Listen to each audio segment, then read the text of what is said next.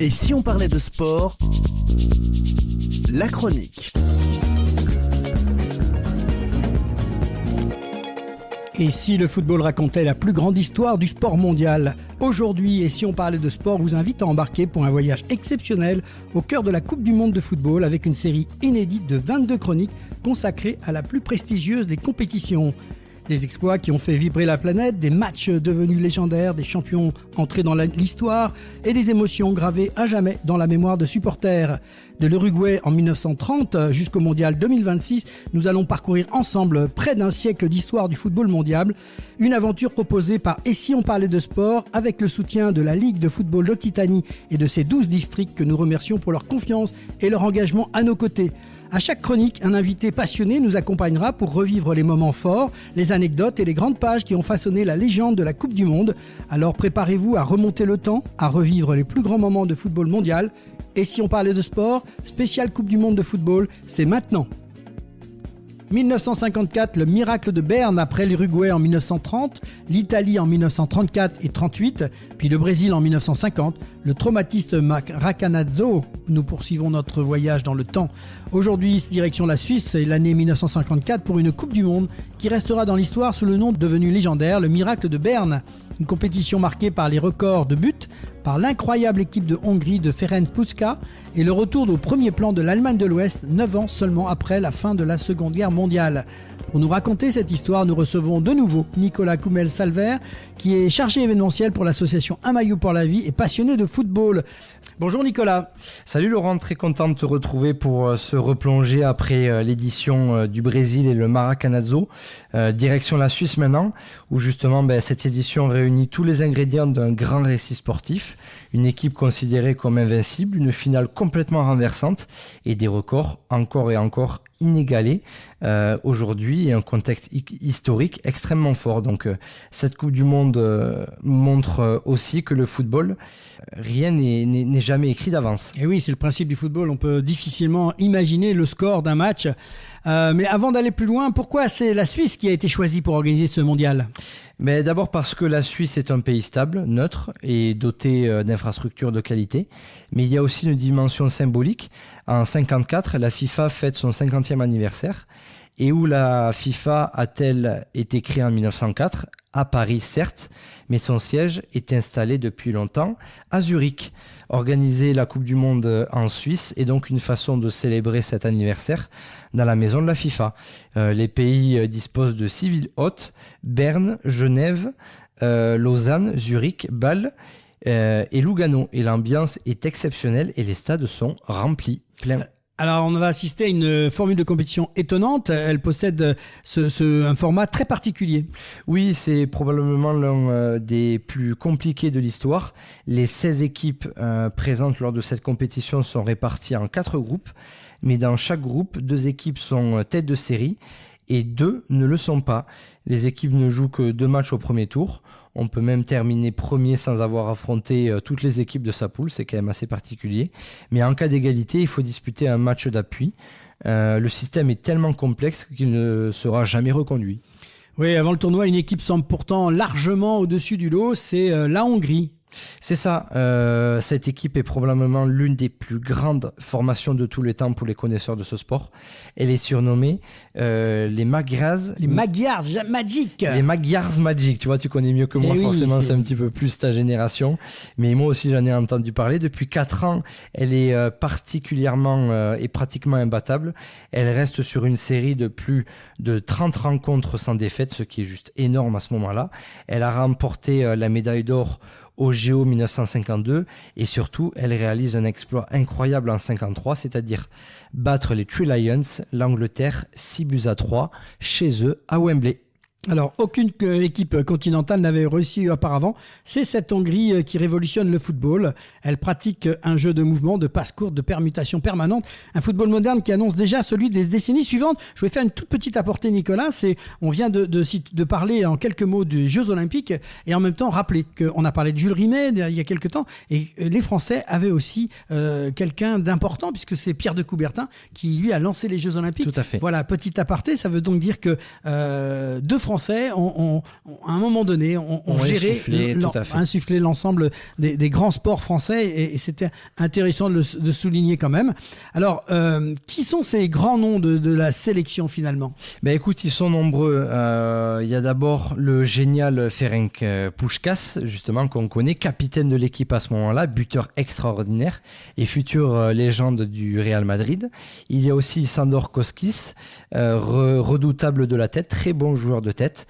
Il terminera meilleur buteur du tournoi à ce moment-là. Puis Nandor Hidegkuti, précurseur du poste faux numéro 9 qui vient souvent décrocher dans l'entrejeu, et encore Joseph Boskis, métronome du milieu de terrain, un numéro 10 comme on n'en fait plus. C'est une équipe de génie pour beaucoup d'observateurs et encore maintenant elle est quasiment imbattable.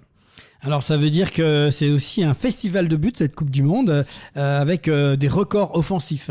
Ouais, comme on l'a dit en introduction, c'est la Coupe du Monde de tous les records à ce moment-là et ça fait plaisir puisque c'est la plus prolifique de l'histoire. 140 buts en seulement 26 matchs. Enfin, c'est juste énormissime.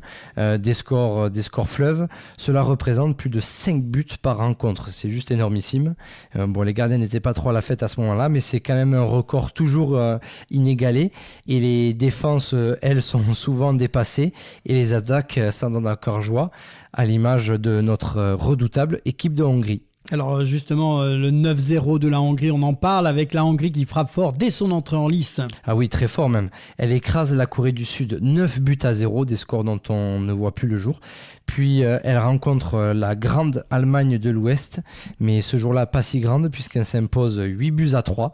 Et à ce moment-là, tout le monde est convaincu que les Hongrois seront champions du monde et ils semblent évoluer sur une autre planète, d'où tous ces scores. Alors justement, cette équipe d'Allemande qui est très loin d'être favorite, qu'est-ce qu'il en est exactement ? Effectivement, l'Allemagne de l'Ouest revient à peine sur la scène internationale après la guerre et après les événements qu'on connaît tous. Son sélectionneur Stepp Herberger bâtit une équipe disciplinée, courageuse à l'allemande dont on connaît toujours les préceptes encore maintenant, extrêmement soudée.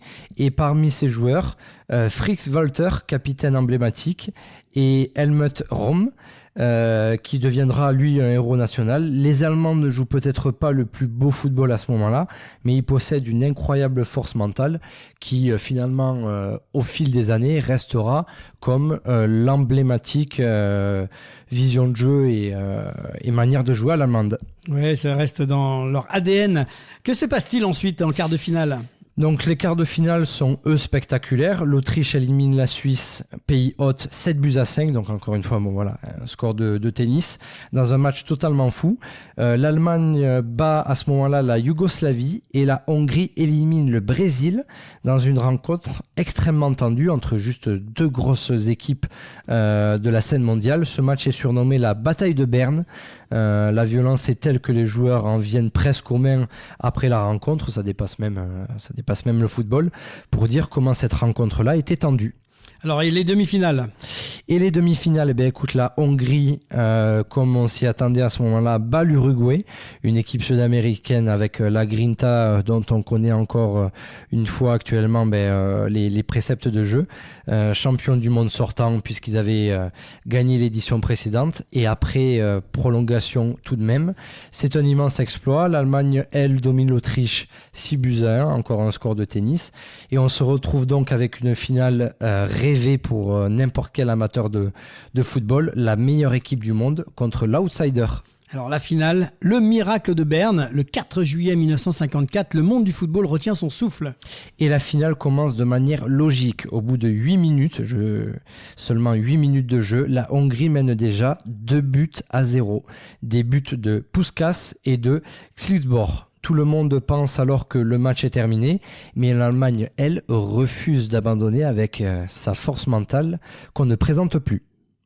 C'est Max Molkor qui réduit l'écart, puis Helmut Raum qui égalise, et à la mi-temps le score est de 2-2. Le suspense est donc total à ce moment-là, et au retour des vestiaires, n'importe quelle équipe a le droit de rêver à une victoire finale. Et à la 84e minute de jeu, devinez qui c'est qui met le troisième but? C'est Raum pour l'équipe allemande. Cela fait 3-2. Le stade explose à ce moment-là Et quelques minutes plus tard, puisqu'on pensait que c'était terminé, eh bien non, c'est notre ami Puskás qui pense égaliser. Et en fait, si, son but est refusé pour hors-jeu, ce qui fait qu'au final, l'arbitre siffle la fin de la rencontre. Et après ces faits de jeu, l'Allemagne est sacrée championne du monde. Alors effectivement, on a en droit de se poser des questions. On parle du miracle de Berne. Pourquoi cette victoire est devenue ce miracle de Berne ? Parce que personne ne l'avait imaginé. La Hongrie, elle, semblait invincible et semblait justement avoir un tapis rouge jusqu'au trophée final. Elle n'avait plus perdu depuis 4 ans. 4 longues années sans perdre. Et elle, l'Allemagne, avait déjà été battue 8-3 par cette même équipe. Donc voilà, on pensait justement que c'était la Hongrie qui allait être sacrée. Mais au-delà du sport, cette victoire change le destin d'un pays, puisque l'Allemagne de l'Ouest est encore marquée par la guerre et tout ce qui a pu se passer précédemment. Et ce succès redonne confiance à tout un peuple. De nombreux historiens considèrent même que cette victoire est comme justement un moment fondateur de la reconstruction morale d'une Allemagne déjà brisée par tout ce qui a pu se passer géopolitiquement. Oui, on le voit, on parle de morale, mais effectivement, quand on a vu un petit peu plus haut que l'Allemagne avait été battue 8-3, ce qui était quand même important, et de voir que là, ils sont capables, en finale, de venir gagner, ça prouve qu'il y a vraiment un travail, et puis qu'effectivement, ces Allemands avaient probablement besoin aussi de retrouver un peu de bonheur, un peu de force morale pour reconstruire tout un pays. Le meilleur buteur qui termine de cette Coupe du Monde, Nicolas? Oui, c'est le Hongrois Sándor Kocsis avec 11 réalisations. Malgré les scores fleuves, c'est quand même très bien et encore maintenant, c'est très fort. Les Bleus réalisent un tournoi intéressant pour parler de l'équipe de France, mais sont éliminés, eux, dès le premier tour. Il bat dans un premier temps Il bat dans un premier temps le Mexique 3-2, mais s'incline face à la Yougoslavie. Malgré cette élimination, un joueur se révèle, c'est Raymond Kopa. Il n'a que 22 ans à ce moment-là. Il impressionne tout le monde par sa technique et sa vision de jeu. Et quelques années plus tard, il deviendra l'un des plus grands joueurs français de l'histoire de ce sport. Et cette Coupe du Monde est en quelque sorte son acte de naissance au plus haut niveau de la scène mondiale. Voilà donc un bilan effectivement important pour cette équipe de France qui était bien présente dans cette compétition. Qu'est-ce qu'il faut retenir de cette Coupe du Monde 1954 ? Qu'aucune équipe n'est invincible finalement, puisque le football est capable d'écrire les plus incroyables renversements de situation. Cette Coupe du Monde nous a offert un chef-d'œuvre de suspense, avec justement le début où tout le monde se dit que c'est la grosse Hongrie qui va aller au bout, des records qui ne cessent de tomber offensifs avec des scores fleuves comme nous l'avons dit, et l'une des plus grandes surprises de l'histoire, l'Allemagne de l'Ouest qui arrive à décrocher ce sacre final face au monstre hongrois. C'est pour cela que le miracle de Berne reste, plus de 70 ans plus tard, l'un des plus beaux chapitres de la légende de la Coupe du Monde. Et oui, c'est important de se souvenir que dans le football, quand le coup de sifflet final est donné, que l'on peut faire le compte. Merci en tout cas beaucoup Nicolas d'avoir partagé à nouveau cette incroyable histoire de la Coupe du Monde 1954. C'est un plaisir, on se retrouve très bientôt pour la suite de notre série. Nous poursuivrons notre voyage dans le temps avec une autre page mythique du football mondial, la Coupe du Monde 1958 en Suède, celle de l'éclosion d'un jeune prodige de 17 ans nommé Pelé. D'ici là, prenez soin de vous et comme toujours, si on parlait de sport.